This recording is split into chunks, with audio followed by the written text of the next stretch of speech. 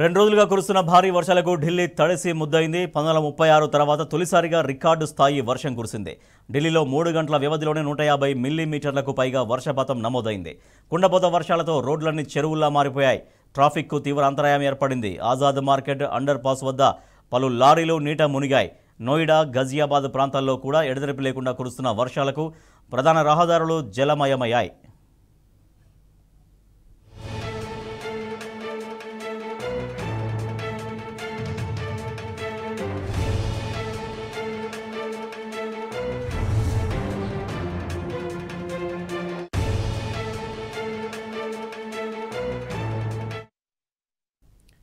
మరోవైపు ఢిల్లీలో కురుస్తున్న భారీ వర్షాలకు ఇందిరాగాంధీ ఇంటర్నేషనల్ ఎయిర్పోర్టులో టెర్మినల్ 1 కుప్పకూలింది.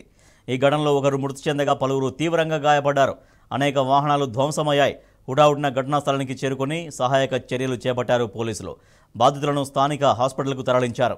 అయితే వీరిలో 4 పరిస్థితి విషమంగా ఉన్నట్టు తెలుస్తోంది. టెర్మినల్ 1లోని పైకప్పు కూలిపోవడంతో విమాన రాకపోకలకు అంతరాయం ఏర్పడింది. టెర్మినల్ 1 నుంచి బయలుదేరాల్సిన సర్వీసులను నిలిపివేస్తున్నట్లు అధికారులు వెల్లడించారు. ముందు జాగ్రత్తగా చెక్ ఇన్ కౌంటర్లు మూసివేస్తామన్నారు.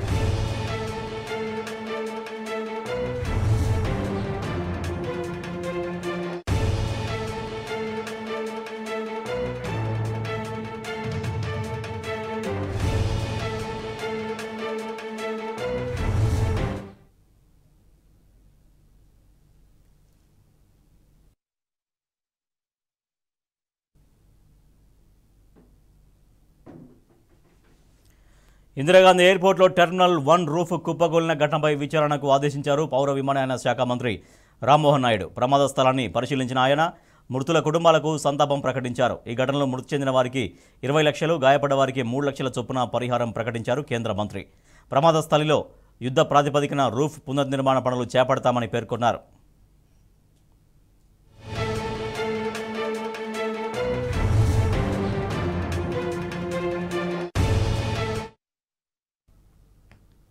Today morning at 5 o'clock, a very unfortunate incident happened at Terminal 1, Delhi Airport.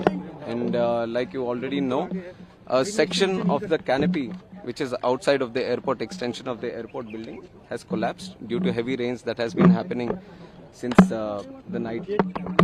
And we want to express our condolence to the life that has been lost in this tragic incident also.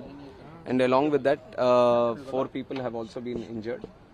So we are taking care of them right now. As soon as the incident happened, it has come to our notice and we have reacted immediately. We have immediately sent the emergency response team, the fire safety team.